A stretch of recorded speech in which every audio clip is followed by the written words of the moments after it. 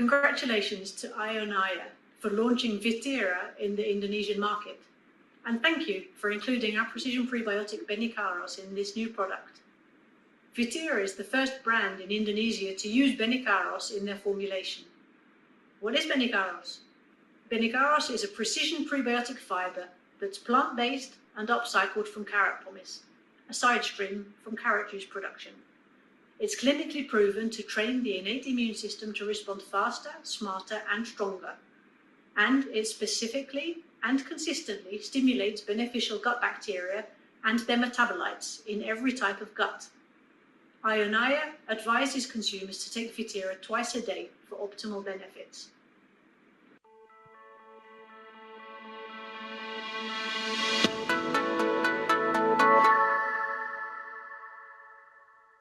Baik, Assalamualaikum warahmatullahi wabarakatuh. Bapak Ibu sekalian telah hadir. Selamat malam semuanya. Perkenalkan, saya Kalisha sebagai moderator seminar kesehatan ion pada malam hari ini. Nah, seminar malam ini kami akan mengangkat tema yaitu brain fog, burnout, dan brain root, pulihkan fokus dan energi dalam dari usus. Dan nantinya akan dibawakan oleh Dr. Ita Rosalina. Nah, baik sebelumnya Bapak Ibu sekalian, izinkan saya memperkenalkan salah satu profesional kesehatan kerja dan edukasi kesehatan. Beliau ini adalah Dr. Ita Rosalina, seorang dokter kesehatan kerja yang memiliki pengalaman lebih dari 20 tahun dalam pelayanan medis, edukasi kesehatan, dan juga manajemen kesehatan. Nah, saat ini beliau ini membersamai kami di PT Ion sebagai tim dokter konsultan, dan juga berkomitmen beliau ini terletak pada upaya pembangunan budaya kerja yang sehat, produktif, dan juga berkelanjutan. Oke, baik. Di sini mungkin Dokter Ita sudah bergabung ya. Selamat malam, Dokter Ita. Halo, selamat malam semua. Terima Baik, kasih, selamat malam, Dokter Ita. Kak. Oke, baik. Untuk mempersingkat waktu ya, mungkin kami persilahkan Dokter Ita untuk memaparkan dan membawakan materi yang sudah disiapkan. Di sini saya izin sharekan. Oke, terima kasih.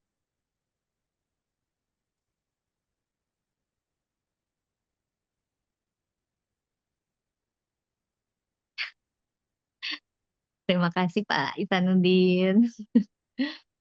Oke, terima kasih ya Mbak Kalisa. Selamat malam teman-teman semua. Bagaimana kabarnya hari ini? Semoga semua sehat selalu ya. Selamat malam, Hari dokter. malam Pak Johan. Oke. Hari ini kita akan berdiskusi mengenai brain fog, burnout, dan brain rot. Wah, ini kata-katanya mungkin ada yang sudah tidak asing lagi, mungkin ada juga yang baru pernah dengar gitu ya. Izin, apakah suara saya terdengar jelas? Terdengar, Dok. Suaranya bagus, dok. Terima kasih. Oke, makasih Ibu Haja Valentin. Oke.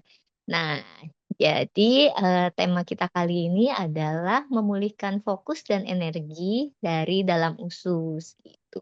Mungkin banyak yang belum tahu ya kalau sebenarnya sudah banyak penelitian yang menyatakan kalau eh, usus itu adalah otak kedua dari tubuh kita, gitu. Menarik kan? Nah, oke, kita lanjut next slide ya.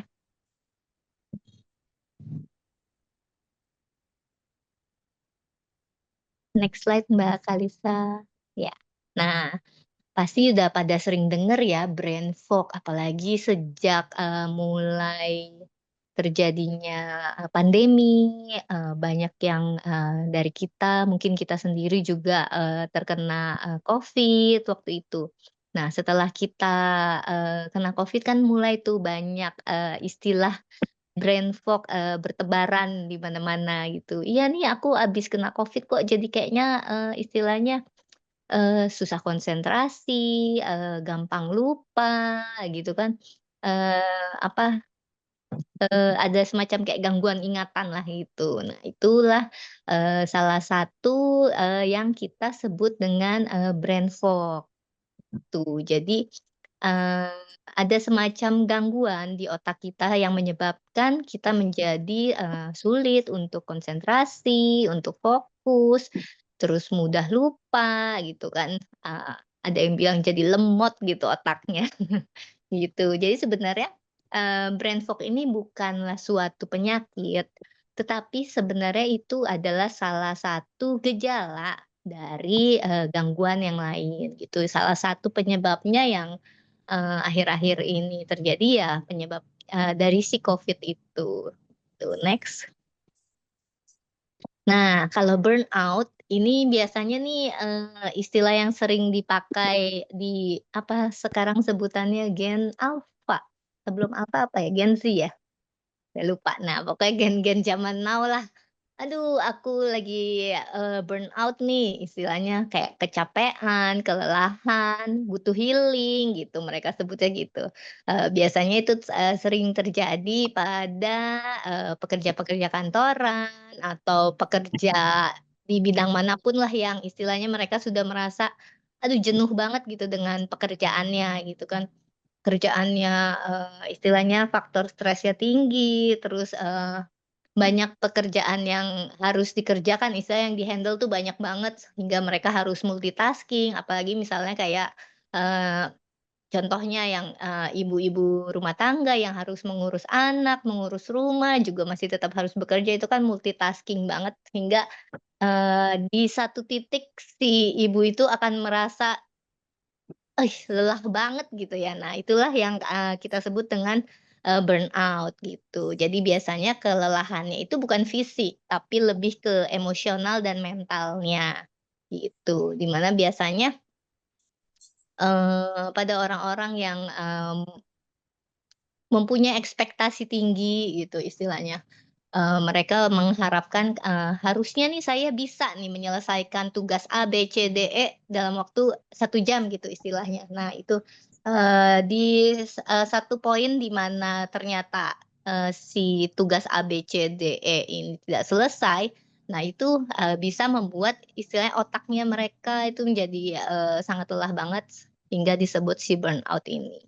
Jadi ya setelah, merasa, tidak mampu menyelesaikan tugasnya, akhirnya mereka menjadi, "Aduh kok aku emang nggak mampu, aku kok bodoh banget, kok," apa istilah kayak, jadi kepercayaan dirinya hilang, terus jadi tidak motivasi, nggak ada semangat untuk bekerja, gitu.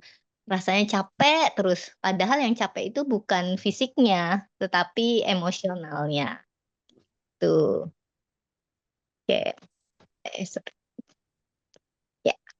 Nah, kalau yang ini sering banget nih sekarang kita, denger nih di anak-anak zaman now yang kerjaannya scrolling handphone aja. Akhirnya, tercetus istilah baru namanya brain rot gitu kan. Istilahnya si otaknya itu dia kayak rusak gitu ya.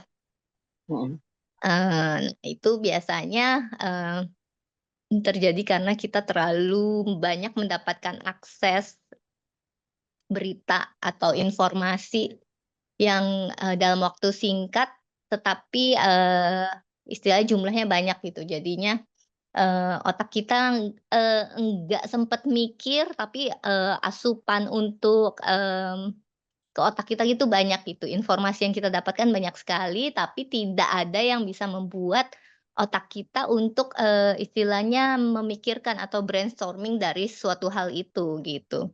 Jadi, sepertinya kayak otaknya itu cuma dikasih makan, tapi dia nggak mau ngunyah, bahasa gampangnya gitu ya. Nah, itulah yang kita sebut brain rot. Jadi, apa istilahnya, stimulasinya tuh banyak gitu kan, karena banyak, konten-konten di media sosial yang kita lihat, scrolling paling kan cuma biasanya satu konten mungkin cuma 1 menit sampai 3 menit. Habis itu udah ganti lagi cerita lain, scrolling lagi, ganti lagi. Nah, itu salah satu pemicunya, tuh. Next. Nah, apa sih dampaknya dari si brain rot, brain fog, apa ini, tadi burnout gitu kan. Nah, akibat dari hal-hal ini menyebabkan produktivitas pasti menurun. Di mana kalau kita udah sampai burnout banget kan jadinya udah nggak ada motivasi lagi ya untuk, bekerja gitu kan. Terus juga, akhirnya karena dia merasa, "Kok kayaknya saya kurang baik, kurang pintar, kurang cekatan." Akhirnya mengganggu kualitas hidupnya karena dia merasa, stres gitu ya. Nah, setelah karena stres, otomatis kalau stresnya berkepanjangan pasti akan terjadinya, gangguan dari kesehatan mental, tuh. Next slide. Oke, nah ini salah satu istilah yang mungkin baru ada yang dengar, mungkin juga ada yang sudah sering dengar. Ini adalah salah satu, yang tadi saya sebutkan, di mana si usus ini adalah otak kedua dari, manusia. Bagaimana bisa kita sebut, si usus ini otak kedua? Karena ternyata antara otak dengan usus itu ada suatu, hubungan yang biasanya dihubungkan oleh, sel-sel saraf, di mana di tubuh kita itu kan banyak sekali, mungkin jutaan atau triliunan saraf itu yang menghubungkan antara si otak dengan si usus kita, gitu. Sehingga terbentuklah adanya, komunikasi dua arah gitu. Contoh paling gampangnya misalnya, kita belum makan nih, lapar, gitu kan. Otomatis otak itu pasti akan langsung merasa, "Aduh kok, lemes banget, kok kayaknya sedih banget, belum makan," gitu kan. Nah, itu salah satu, hubungan antara si, otak dengan usus. Begitu juga sebaliknya, misalnya kita makannya enak banget gitu kan, makannya enak banget, sampai aduh perutnya enak, kenyang, rasa nyaman, itu akan langsung timbul. Nah, itulah salah satu, bentuk hubungan antara si usus dengan otak, gitu. Di mana ternyata, sudah banyak penelitian yang juga membuktikan kalau usus itu juga memproduksi, serotonin dan dopamin. Jadi itu, hormon-hormon yang menyebabkan meningkatnya, mmm untuk menghilangkan stres kita, membuat kita lebih bahagia, gitu. Jadi memang, pepatah yang bilang, healthy, usus yang sehat itu akan membuat otak yang lebih cemerlang, itu memang ada benarnya, seperti itu. Selain itu, ada juga kan yang bilang, kalau perut kenyang hati senang, gitu kan. Nah, itu juga salah satu, eee, akibat dari hubungan si usus dengan otak. Tuh, next.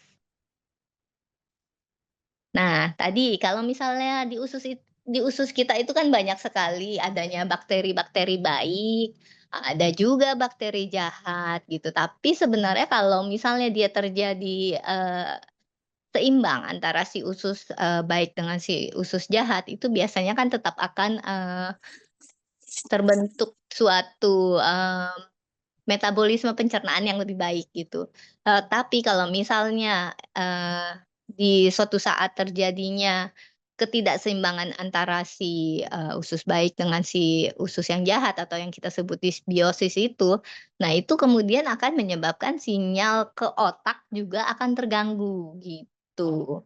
Karena memang sudah banyak juga mungkin nanti kalau ada yang mau cari penelitian kalau si bakteri di usus kita itu, dia itu bisa tadi selain mengeluarkan serotonin dan dopamin, dia juga, banyak, istilahnya, hal yang diperbuat oleh si bakteri ini, gitu. Dia juga akan memetabolisme, pencernaan supaya lebih baik, terus juga membuat aliran darah ke pencernaan juga lebih bagus, seperti itu.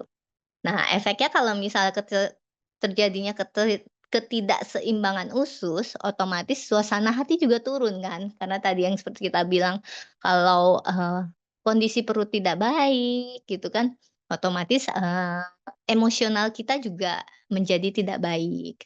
Terus juga biasanya kalau perut lapar, otomatis biasanya nggak bisa tidur kan ya. Nah, itu juga jadi salah satu gangguan, kalau, terjadinya ketidakseimbangan usus. Nah, selain itu, eee, fungsi dari kognitif atau fungsi berpikir di otak kita juga pasti akan juga menurun. Itu sebabnya banyak, saran untuk anak-anak terutama yang masih sekolah atau yang, masih harus berangkat kerja, biasanya kan kita menyarankan sarapan pagi dulu. Nah, itu gunanya supaya fungsi otaknya bisa bekerja dengan lebih baik. Kalau perutnya sudah penuh, sudah terisi dengan sarapan gitu. Oke, next. Nah, tadi faktor pemicu gangguan dari gut brain axis. GBA ini gut brain axis, hubungan antara si usus dengan otak. Nah, biasanya faktor pemicu yang bisa menyebabkan gangguan ya itu tadi stres, terus juga adanya peradangan, bisa peradangan di usus atau peradangan di otak itu sendiri, bisa juga kurang tidur, terus kurang vitamin B12, vitamin D. Selain itu juga overstimulasi dari digital, dari media sosial yang kita lihat itu juga bisa membuat, gangguan dari si gut brain axis ini, gitu. Next.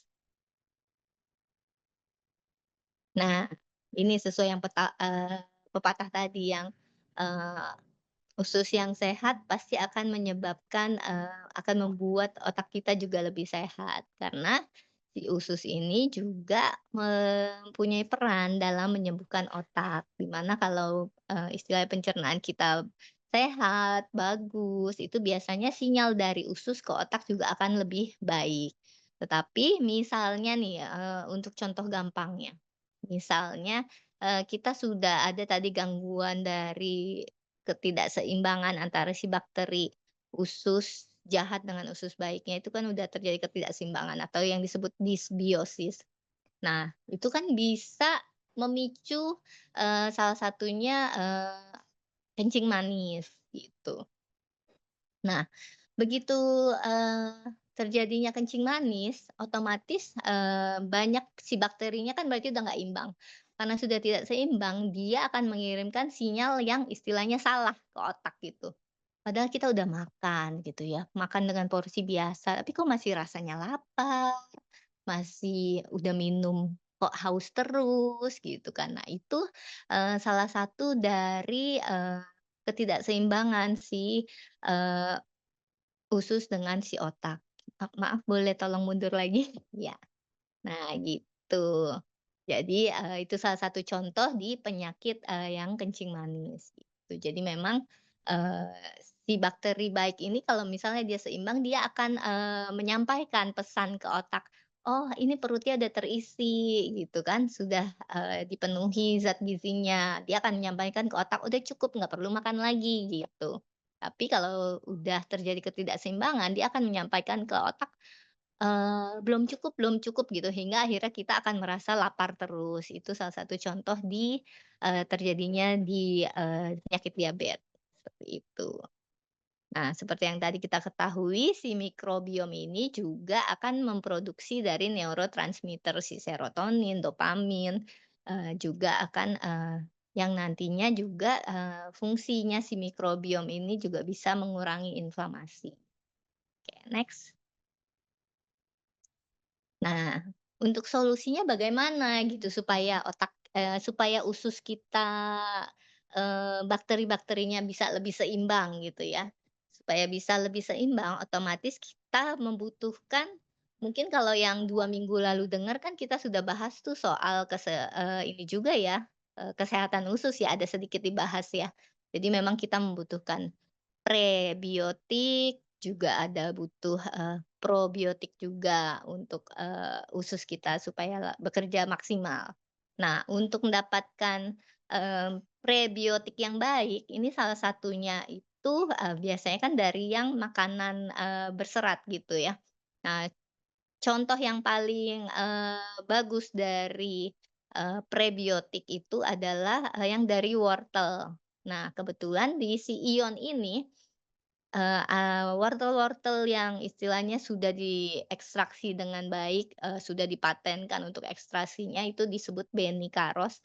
Jadi itu mereka sudah mematenkan untuk proses, ekstraksi si wortel supaya, terjadi prebiotik yang lebih presisi untuk imun tubuh dan juga untuk menjaga, mikrobiom di usus kita. Itu bentuknya kalau di Ion Vitera, berupa superfood, istilahnya suplemen tapi bentuknya cair gitu. Yang rasanya juga masih, rasanya enak gitu kan, bisa dikonsumsi setiap hari. Nah, selain dari si Benicaros, prebiotik presisi, di dalamnya juga terdapat, Tetracell miscui, di mana dia adalah salah satu super antioksidan yang terbaik, gitu. Di mana sudah kita ketahui juga kalau antioksidan yang tinggi itu, super antioksidan ini sangat, kita perlukan untuk banyak hal ya, melancarkan aliran darah, terus juga untuk mencegah inflamasi, mencegah peradangan, terus juga dia sangat baik untuk antioksidan, jadi untuk, supaya lebih awet muda, supaya, organ-organ tubuh kita juga, eee, bekerja dengan maksimal, seperti itu. Next.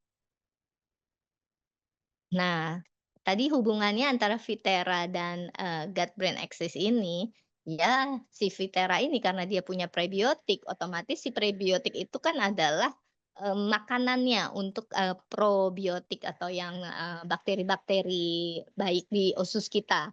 Nah, dengan kita kasih makanan yang baik dengan, konsumsi prebiotik yang bagus, yang presisi, langsung tepat sasaran, itu dia akan memperkuat si mikrobiom ususnya.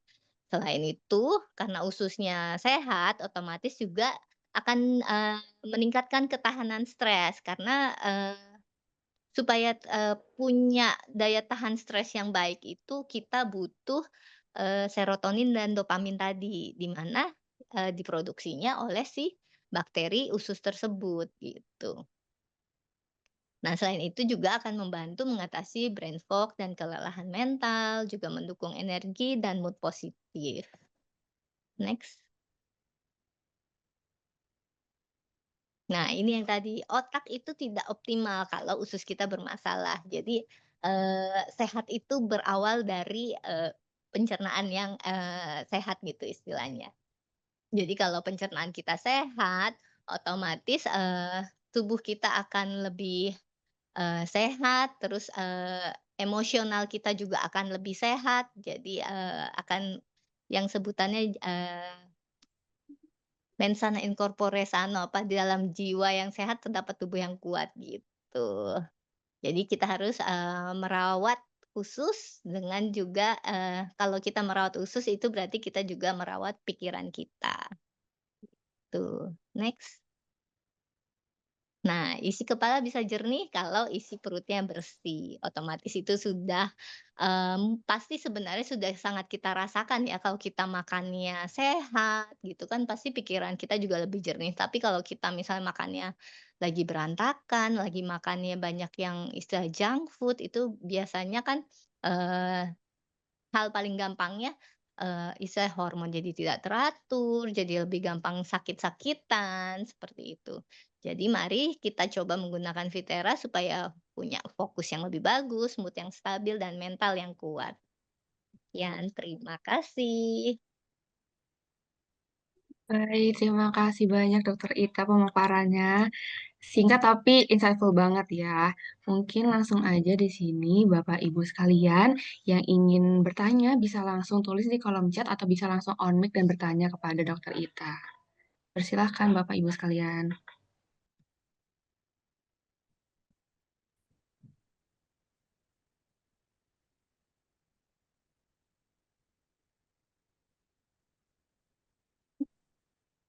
Mungkin ada yang masih bingung atau malu-malu ini ya Mbak Kalisya ya?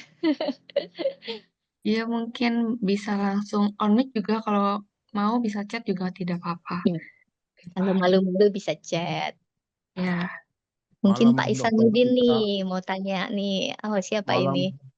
Selamat dengan malam. Cheng Hoa, Oh iya, silakan Pak Hmm, Cenghua. Dokter Ita. Ini saya mau tanya kalau untuk penyakit cancer begitu, apakah bisa efektif sampai di mana gitu? Oke, baik Pak Cenghua, terima kasih pertanyaannya ya. Jadi memang kalau untuk cancer, salah satu, yang membantu ya, membantu untuk penyembuhan cancer itu, biasanya kita membutuhkan, antioksidan yang sangat baik gitu. Karena, si antioksidan ini gunanya dia selain meregenerasi sel-sel, dia juga akan, menyeimbangkan. Jadi misalnya kalau kita cancer itu kan biasanya ada salah satu pengobatan yang namanya disebutnya kemoterapi. Di mana kalau kemoterapi atau radioterapi itu biasanya selain sel kansernya yang rusak, sel-sel yang sehat di sekitar kansernya itu juga akan rusak. Nah, salah satu kegunaan dari si antioksidan ini adalah supaya sel-sel yang sehat di sekitar kanser itu dia tidak ikutan rusak gitu. Karena tadi kegunaan si antioksidan ini adalah untuk meregenerasi sel, juga bisa menyeimbangkan antara apa istilahnya, polutan-polutan atau radikal bebas yang ada karena dari terapi-terapi kanker tersebut supaya bisa lebih diseimbangkan, begitu. Jadi kembali lagi, Eh, mungkin boleh saya ingatkan, karena ini adalah suplemen, jadi bukan untuk menyembuhkan. Tetapi suplemen ini karena dia isinya ada super antioksidannya dan juga ada si benikarosnya yang prebiotik presisi. Jadi dua hal ini akan membantu, pertama untuk membantu eh, me- mensinergi itu membantu kerjanya si obat-obatan yang sudah ada. Jadi misalnya contohnya, misalnya ada darah tinggi, terus kita minum obat. Kalau minum obat aja mungkin misalnya hanya turunnya 10 milimeter untuk yang tekanan darahnya. Tetapi kalau misalnya kita tambah si obat darah tingginya itu dengan suplemen ini, biasanya mungkin akan lebih baik, di mana karena si suplemen ini juga akan membantu metabolisme tubuh yang lebih baik, terus juga membantu penyerapan obat-obat yang diminum, terus juga mengurangi efek-efek dari bahan kimia atau radikal bebas yang mungkin ada di tubuh kita, hingga target terapi darah tingginya itu akan bisa lebih kita dapatkan kalau obat medis yang kita minum dikombinasi dengan suplemen ini. Begitu, Pak Chenghua. jadi sifatnya hanya bisa untuk membantu ya, meringankan itu apa kansernya gitu ya. Walaupun Betul. udah nggak ada kemoterapi lagi. Betul, Pak. Betul. Karena walaupun dia sudah tidak lagi dalam pengobatan, nanti si antioksidan dan prebiotik ini dia akan membantu untuk meregenerasi sel-sel yang rusak tadi. Karena kan kita tahu kalau kanker itu kan dia merusak sel-sel di dalam tubuh kita ya, gitu. Jadi minimal dia akan membantu mencegah supaya tidak timbul apa istilahnya penyebaran kansernya, juga bisa membantu meringankan dari efek dari obat-obatan yang mungkin dikonsumsi atau terapi-terapi yang mungkin udah dilakukan sebelumnya gitu kan. Terus juga dia karena bisa meningkatkan aliran darah, juga akan membuat metabolisme tubuh supaya lebih baik, seperti itu. Oke, terima kasih Bu Ita, Dokter Ita, informasinya. Sama-sama, Pak Tionghoa. Hmm, Dok, saya mau tanya dong. Saya punya ini nasabah, dia udah kena penyakit ginjal dan setiap minggu cuci darah. Apakah itu bisa membantu Vitera ini? Oke, baik. Terima kasih banyak ini Bapak. Maaf, Masta. namanya nggak ada. Pak Masta. Oh iya, Ya. silakan. Terima kasih Pak Masta. Jadi memang kalau untuk cuci darah, biasanya kalau orang sudah dengan cuci darah, itu biasanya konsumsi cairannya itu dibatasi. Gitu. Tapi untungnya si Vitera ini kan cairannya hanya 15 mili. Jadi kalau kita konsumsi 2 kali ataupun sampai 4 kali itu kan berarti tidak sampai 100 mili. Jadi untuk orang-orang dengan gangguan ginjal yang sudah ada pembatasan cairan yang boleh dikonsumsi itu pertama sudah aman tuh, karena cairan yang masuk hanya sedikit. Nah, kedua, biasanya kerusakan yang terjadi akibat dari gagal ginjal itu bisa awalnya mungkin dia ada diabetes, mungkin juga karena ada darah tinggi sebelumnya, atau juga mungkin ada infeksi di ginjalnya, atau misalnya juga karena terlalu banyak konsumsi obat-obat penghilang rasa nyeri.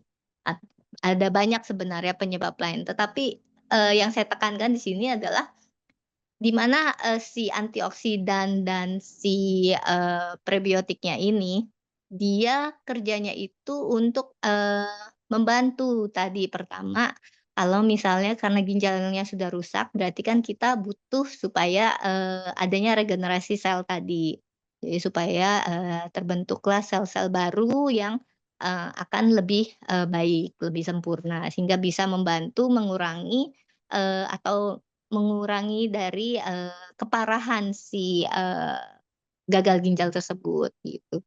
Kedua, misalnya dia ada penyebabnya karena darah tinggi atau, kencing manis gitu misalnya. Nah, dengan adanya si antibiotik dan prebiotik ini, dia otomatis juga akan meningkatkan, supaya terjadinya insulin, kerja insulin yang lebih baik gitu.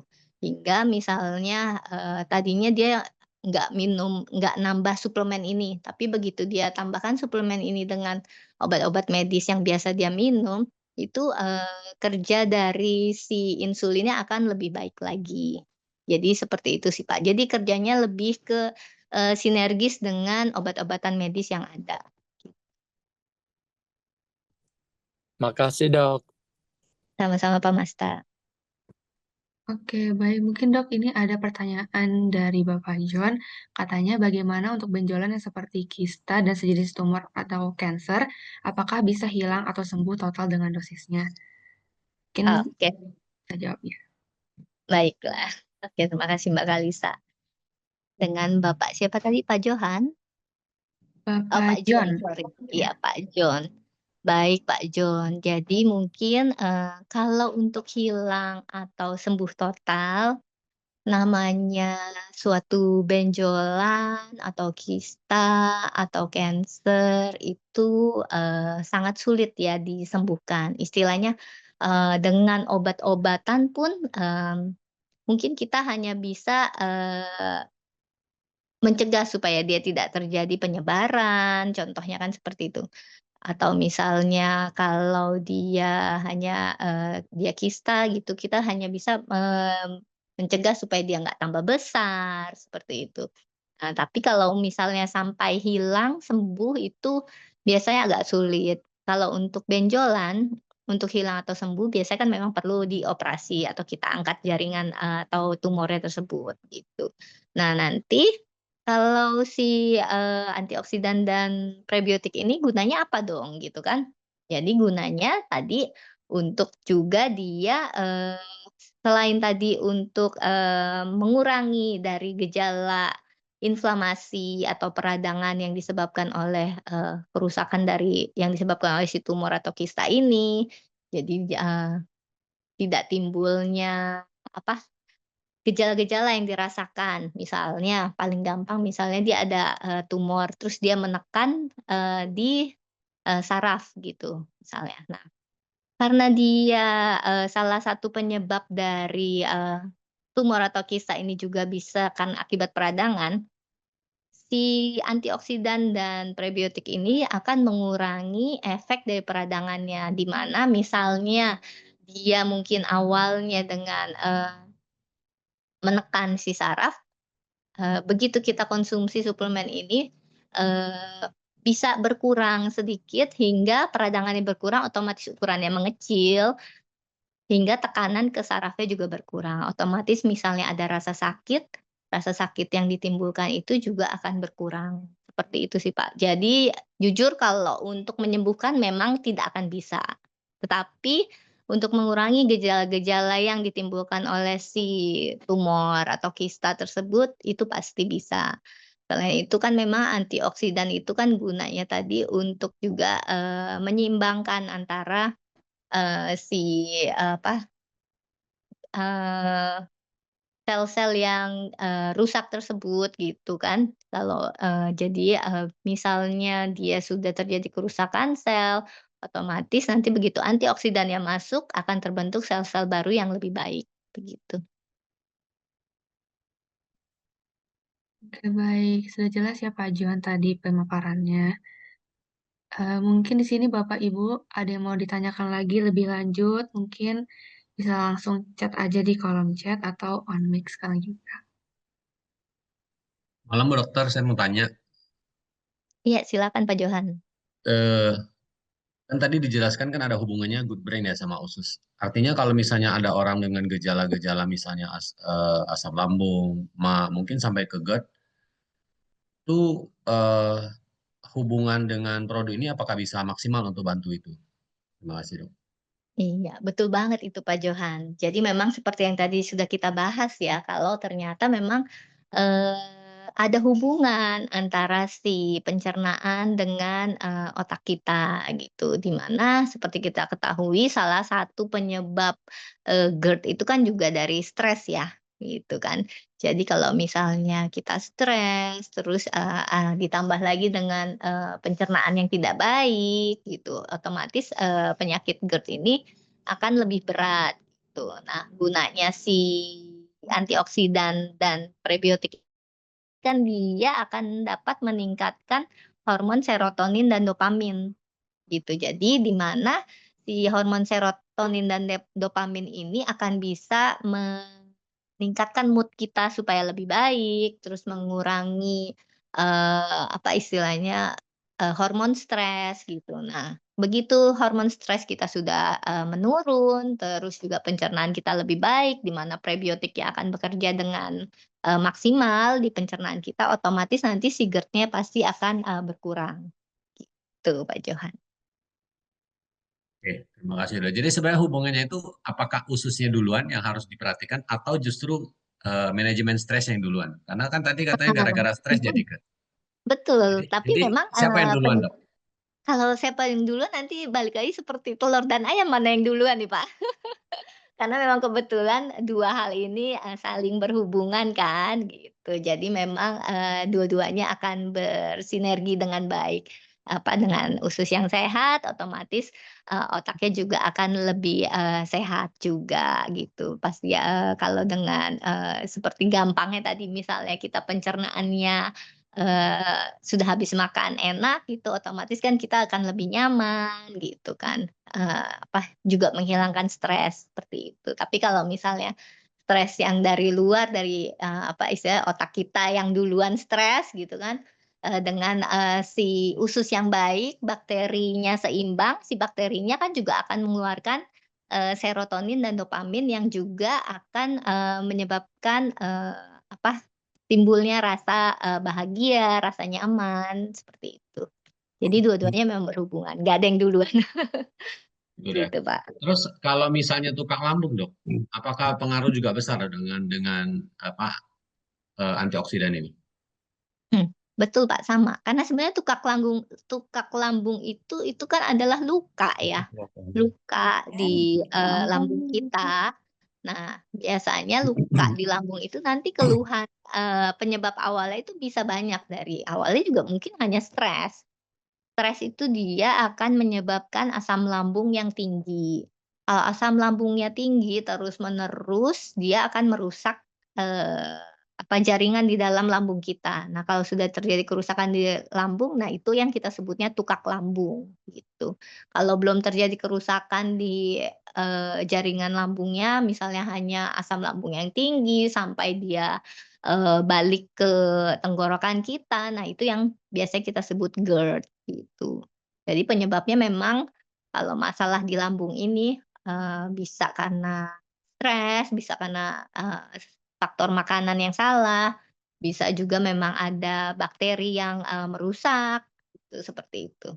Nah, ini semua bisa kita bantu dengan si prebiotik supaya usus kita lebih baik, bakteri baiknya juga lebih seimbang, gitu kan. Hingga kesehatan pencernaan kita lebih bagus, gitu. Iya dok. Terus ingin tahu lagi dok, ada hubungannya dok usus atau pencernaan kita dengan bersendawa? Oke, kalau dengan sendawa betul ada, pasti ada hubungan. Karena kalau dengan kita sendawa itu kan itu kerja dari diafragma. Diafragma itu apa, rangka di bagian tubuh kita bagian atas itu ya. Nah, itu diafragma kita kalau misalnya, kita sudah istilahnya makannya cukup gitu, penuh istilahnya, dia akan merangsang, diafragma kita untuk bekerja, ada sarafnya yang menyebabkan kita untuk, bersendawa itu, gitu, Pak. Kalau misalnya Kalau bersendawa bisa dibuat, Dok, apakah ada pengaruh? dibuat dibuat gimana ya, Pak, maksudnya? Bisa disengajakan sendawanya. Oh, kalau sengaja itu biasanya faktor kebiasaan sih ya, tetapi maksudnya bukan karena efek, kan di tubuh kita itu sebenarnya ada efek yang dia bisa otonom, maksudnya bekerja sendiri tanpa kita yang menyuruh gitu. Nah, itu biasanya yang terjadi pada, sendawa gitu. Tetapi memang ada orang-orang tertentu yang seperti, kebiasaan ya, jadi itu, refleks yang dia buat gitu. Dengan cara, saya kurang paham bagaimana cara kerjanya, tetapi dia merangsang si diafragmanya supaya bekerja, begitu. Itu, kalau untuk efek ke lambungnya sih nggak ada ya, gitu. Nggak ada, Dok, ya? Tetapi biasanya kalau yang otonom tadi yang bekerjanya, sendiri, ya itu memang ada hubungannya dengan kerja si pencernaannya, gitu. Oke, oke. Thank you, Dok. Sama-sama. Udah jelas Dokter, ya. informasi dong dokter. Iya, silakan Pak Cheng Hua. Pak. Wah. Itu saya mau nanya, ada maksimalnya nggak untuk konsumsi Vitera? Oke, kalau untuk dosis maksimal karena memang ini suplemen, tidak ada dosis dosis maksimalnya. Karena memang walaupun kita minumnya berlebihan pun tidak ada efek samping yang, bisa timbul gitu. Karena kan memang, materialnya, bahannya itu, komposisinya itu dari, istilahnya bahan-bahan alami yang memang ada, memang sudah sebenarnya juga sudah ada di dalam tubuh kita. Cuma kita maksimalkan untuk, dosisnya dengan, tambahan dari Vitera ini gitu. Jadi memang, sebenarnya tidak ada, Pak. Cuma memang karena ini, produknya apa istilahnya, kalau produk yang sudah dijual ke pasaran itu kan pasti kan kita harus menentukan berapa banyak maksimum yang bisa kita konsumsi gitu kan. Nah biasanya paling kita, untuk normalnya kan 2 kali sehari. Tetapi mungkin kalau memang penyakitnya banyak, berarti kan kebutuhan antioksidan kita akan lebih banyak gitu. Misalnya dia ada sakitnya darah tinggi, kencing manis, kolesterol, asam urat, pokoknya lengkap deh faktor apa, penyakit-penyakit yang metabolik ini. Nah, mungkin kita akan butuh lebih dari, 2 kali sehari gitu. Nah, biasanya, kita menganjurkan bisa sampai 4 kali sehari, itu masih nggak masalah, gitu. 4 kali, maksudnya pagi 2, malam 2 apa gimana? Apa Pagi 2 malam 2 boleh, mau misalnya, pagi, siang, sore, malam, satu juga boleh, gitu. itu nggak perlu ya harus perut kosong atau gimana ya? Bebas ya? Bebas, sebenarnya bebas, tetapi kalau memang dia tidak ada gangguan dari pencernaan, itu boleh diminum sebelum makan. Karena kalau perut kita kosong otomatis penyerapan dari si, apapun lah ya, dari penyerapan apapun terutama misalnya Vitera ini akan lebih maksimal, gitu. Terus saya minggu kemarin sempat dengar satu bapak, dia konsumsi itu udah lebih dari 2 minggu. Dia bilang Mhm, dia ada perubahan dari kulit. mhm, Apa bisa berdampak ke sana juga? Jadi perubahan. maksudnya wajahnya jadi tambah ganteng, tambah cantik. Betul, iya betul banget Pak Chenghua, karena mungkin banyak yang sudah dengar ya kalau, antioksidan yang bagus itu juga bisa akan, berfungsi sebagai anti-aging gitu. Jadi memang, bisa untuk, nambah awet muda juga gitu kan, karena tadi aliran darahnya lancar, kerja organ-organ tubuhnya lebih bagus, otomatis kulit kita yang, tadinya kusam atau kalau ada penyakit kan beda ya, apa, appearance, Buntut kalau ada penampilan penyakit kan. orangnya ya, penampilan orang yang sakit dengan yang sehat kan beda kan. Kulit yang orang-orang yang sehat kan pasti lebih, lebih glowing, lebih, kenyal gitu kan, kelembapan kulitnya lebih bagus, kolagennya juga lebih bagus. Nah itu bisa kita dapatkan dari kegunaan antioksidan ini. Gitu Pak Cengkuah.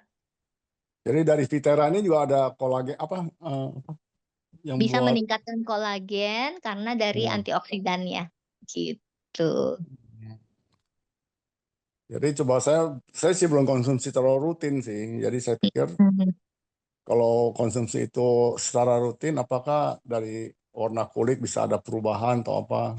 Betul, Fungsinya itu buat betul. apa aja Ya, contoh sebenarnya? paling gampangnya misalnya Berarti kulitnya tadinya pucat gitu misalnya karena dia paling gampang misalnya anemia gitu lah ya istilahnya, kulitnya pucat. Tapi begitu kita tambahkan Vitera kan aliran darahnya lebih bagus, metabolisme organnya bagus, otomatis akan lebih cerah karena kulitnya udah nggak hanya putih aja gitu, tetapi sudah ada bersemu-semu merah mudanya gitu karena aliran darahnya lancar. Seperti itu sih, Pak. Hmm. Berarti nanti setelah makan itu obat bisa tambah ganteng dong ya. Tapi dokter sendiri Bisa. udah konsumsi belum dokter sendiri? Makin Oh, awet muda sudah. itu Pak Cenghua. Iya, Iya Pak. betul. Iya. Kayak seperti Pak Johan juga. Aduh, Betul. ampun Nah, Pak. coba ditanya tuh Cerah. Pak Johan udah umur berapa tuh? Kelihatannya masih glowing ya. Iya, cerah banget tuh. Dahinya Betul, mengkilap. betul. Mengkilat. Ini memang udah pelontos Pak. Dan dokter juga bagus tuh wajahnya. Iya. Mungkin ada yang bisa tebak saya umur berapa? Kalau dari wajah sih kayaknya paling 35 Dok. Oh iya. Ini kayaknya kelihatan ubannya nih. Waduh, Iya, tambah 10 bener tahun ya? boleh, Pak. 35-an ya dokternya? Ditambah lagi 10 tahun. Oh, tambah 10 tahun. Seriusan Dok. Saya Kenapa, ikut Pak? 35, hati-hati yo. Oh gitu ya. Iya, bisa diganggu orang. Waduh, janganlah, Pak. Berarti itu Terima sekalian kasih jawab dokter. pertanyaannya Pak John itu tadi ya. Itu Pak John ada tanya tuh kulit wajahnya Jadi glowing-glowing fungsinya bisa buat nggak? apa aja itu kalau bisa tuh? Mana coba kita lihat chatnya. Ada di chat Dok. Oke.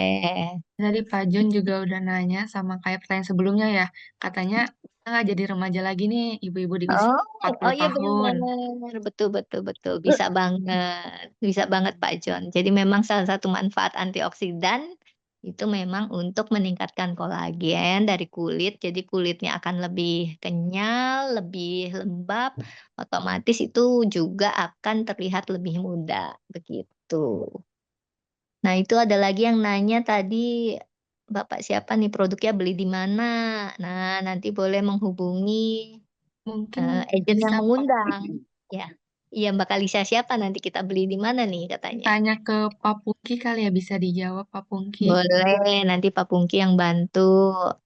Nah, terus ada lagi yang nanya Ibu Haja Valentin, bagaimana kerja prebiotik radang sendi dan kaku otot. Nah, ini nih salah satu kegunaan dari si selain dari si antioksidan, si prebiotik ini dua-duanya ini mereka kerjanya bisa untuk antiinflamasi. Jadi bisa mengurangi peradangan. Di mana kita ketahui kalau radang sendi itu kan biasanya nanti sendinya jadi merah, bengkak. Nah, itu akan terbantu, akan berkurang bengkak dan merahnya dengan konsumsi antioksidan dan prebiotiknya gitu. Kaku otot juga bisa karena kalau kekakuan otot itu kan bisa juga karena dari kekurangan magnesium, kekurangan vitamin dari B kompleks gitu kan. Nah, itu kan juga ada di kandungan si wortel itu juga sebenarnya gitu. Jadi itu juga bisa membantu. Selain itu kalau kaku otot biasanya kan berarti ada aliran darah dan syaraf yang kurang baik. Nah, untuk begitu konsumsi si prebiotik dan antioksidannya otomatis aliran darahnya lebih baik, otot-otot yang kaku juga akan lebih rilis ya, akan hilang gitu kekakuannya. Kalau yang Dok, sudah kemo, cancer sebentar Bapak. Kalau sudah kemo, cancer, payudara dok, dan masih ada kalau cair. kalau ini dok, kalau asam urat dok, Ngaruh nggak, Dok? Betul, sama Pak, karena asam urat juga dia kan, salah satu, yang kita khawatirkan dari asam urat yang tinggi, itu adalah radang sendi, di mana si asam uratnya itu akan mengendap di sendi-sendi kecil biasanya. Jadi di, sendi-sendi jari tangan, jari kaki, Ingin tuh.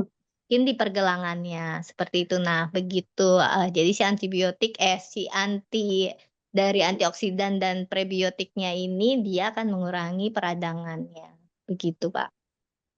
Mungkin saya lanjutin dulu yang Ibu Haja belum selesai ya pertanyaannya. Kalau untuk yang sudah kemo, pada orang-orang yang ada kanker payudara dan masih ada cairan, apakah bisa minum Viteera? Bisa, jawabannya. Kalau bisa kering itu akan membantu juga, karena biasanya kalau, cairan yang terjadi pada, penyakit-penyakit kanker itu biasanya memang karena peradangan. Jadi otomatis, akan membantu sekali karena kan memang ada manfaat dari anti inflamasi, dari anti peradangannya, gitu. Sudah dioperasi di sebelah dan masih terus sedot cairannya, iya betul. Boleh Ibu Haja Valentin boleh dicoba untuk membantu mengurangi, radang dari, kankernya, gitu ya. Ini ada pertanyaan berikutnya, kinerja Viteera untuk alergi bagaimana? Nah, ini juga salah satu manfaatnya dari alergi itu kan biasanya terjadi karena adanya, antihistamin yang keluar gitu ya.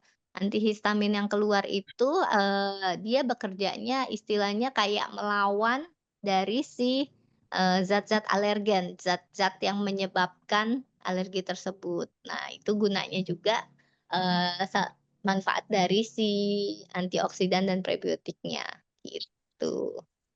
Demikian. Mungkin tadi kayaknya ada yang mau nanya langsung ya? Mungkin boleh yang mau nanya langsung boleh silakan. Ya mungkin boleh Ibu Bapak yang mau nanya langsung bisa on mic. Mungkin 1 sampai 2 pertanyaan lagi kali ya. Bisa langsung ditanyakan ke Dokter Ita.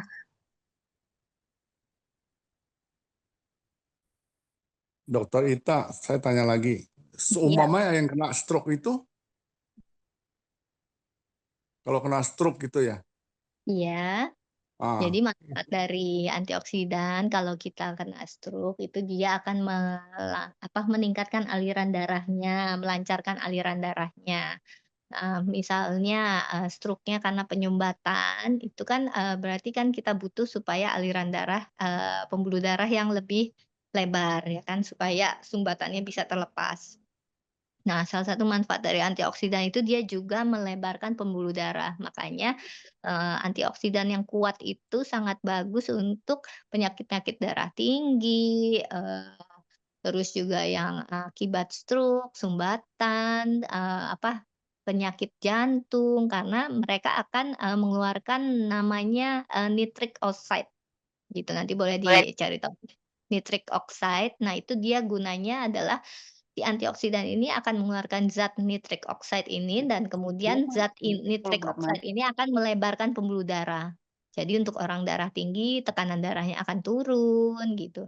Terus untuk juga yang tadi, kena stroke, ya kalau aliran darahnya lebih terbuka otomatis, diharapkan, aliran darah ke otak yang tadinya sudah tersumbat mungkin bisa akan lebih baik gitu.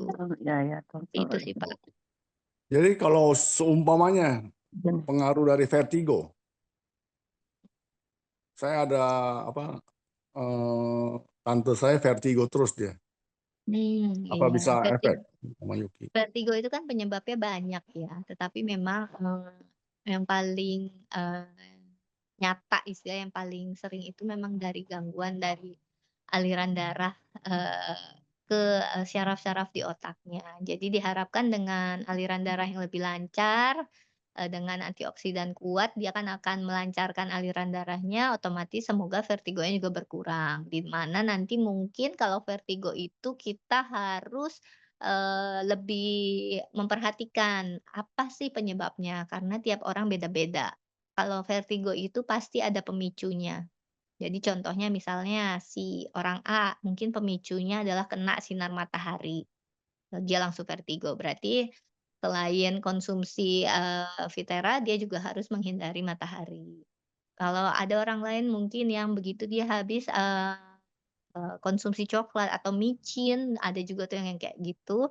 Nah, itu juga harus dihindari gitu. Tapi nanti si Fitera ini akan membantu untuk melancarkan aliran darahnya, juga untuk menyeimbangkan dari, apa istilahnya, zat-zat yang polutan-polutan itu yang mungkin bisa menyebabkan si, vertigo itu juga, begitu Pak Cengkuang.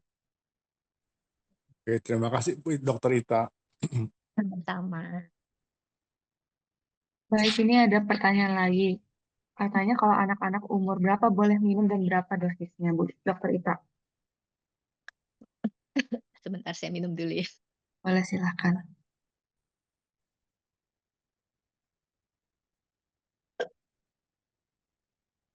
Jadi kalau untuk anak-anak itu memang, biasanya yang kita anjurkan itu yang sudah, bisa makan makanan seperti dewasa, gitu. Jadi kalau anak udah umur di atas setahun kan biasanya sudah mulai makan nasi gitu kan, makan sayuran yang sama seperti kita.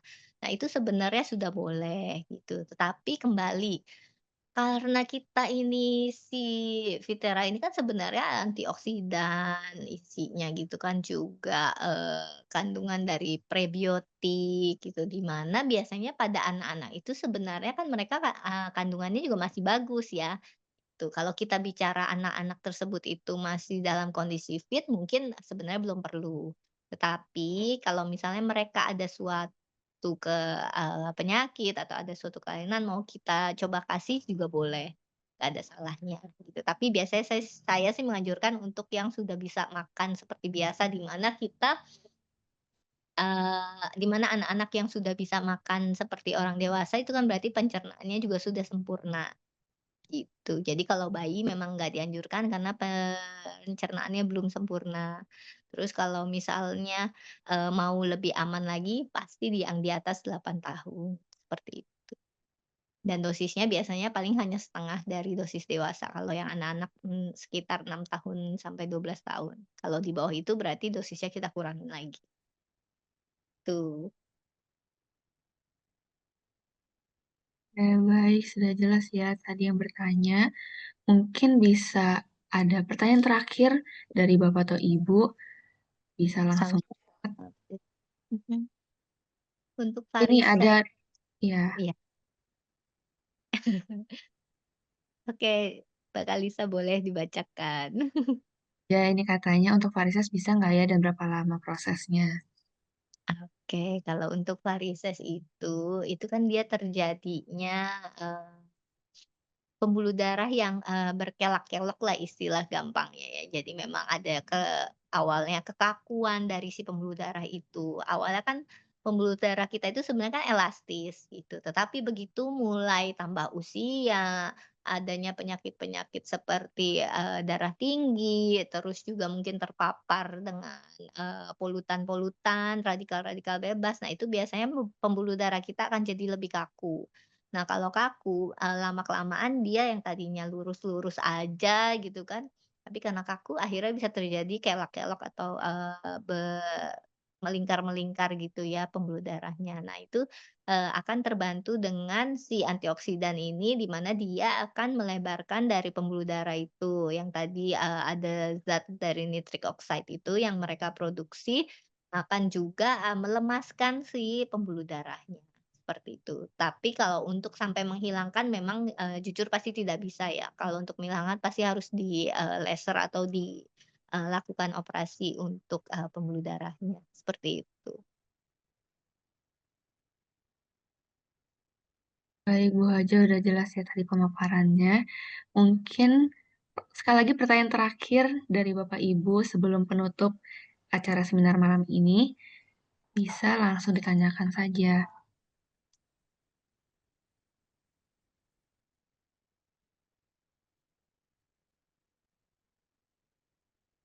Atau Sepertinya sudah jelas semua kah, Bu? mungkin, habis ini akan banyak yang akan langsung, makan sehat gitu kan, supaya jadi lebih termotivasi, oh ternyata memang benar adanya gitu kalau, pencernaan kita sehat, otomatis otak kita juga akan bekerja dengan lebih baik gitu. Oke, baik. Mungkin Dokter Ita, terima kasih banyak ya sudah memaparkan dan menjelaskan dan menjawab pertanyaan-pertanyaan dari Bapak Ibu sekalian. Eh, sebelumnya, Mungkin ini dari Pak Pungki nih, tadi yang bertanya produknya beli di mana, bisa didapat ya di acara webinar kesehatan. Nanti bisa dihubungin lagi dari Pak Pungki dan tim. Oke, mungkin terima kasih juga Bapak Ibu yang sudah bergabung dan ikut seminar pada malam ini. Semoga pemaparan tadi dari Dokter Ita membawa dan manfaat ya dan menginspirasi untuk kita hidup lebih sehat. Mungkin mohon maaf dari saya. Terima kasih dan selamat malam Bapak Ibu sekalian. Makasih terima banyak kasih. Dokter Ita.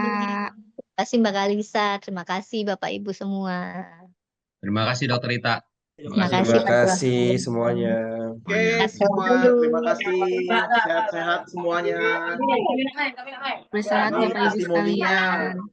mungkin nanti kita bisa saling testimoni ya di Zoom. Testimoni. Oke Pak. Terima kasih Dokter Rita. Thank you, Dok Ita. Terima Kalisha, thank you. Thank you. Selamat Semuanya. malam. Ya, terima kasih. Saya izin live.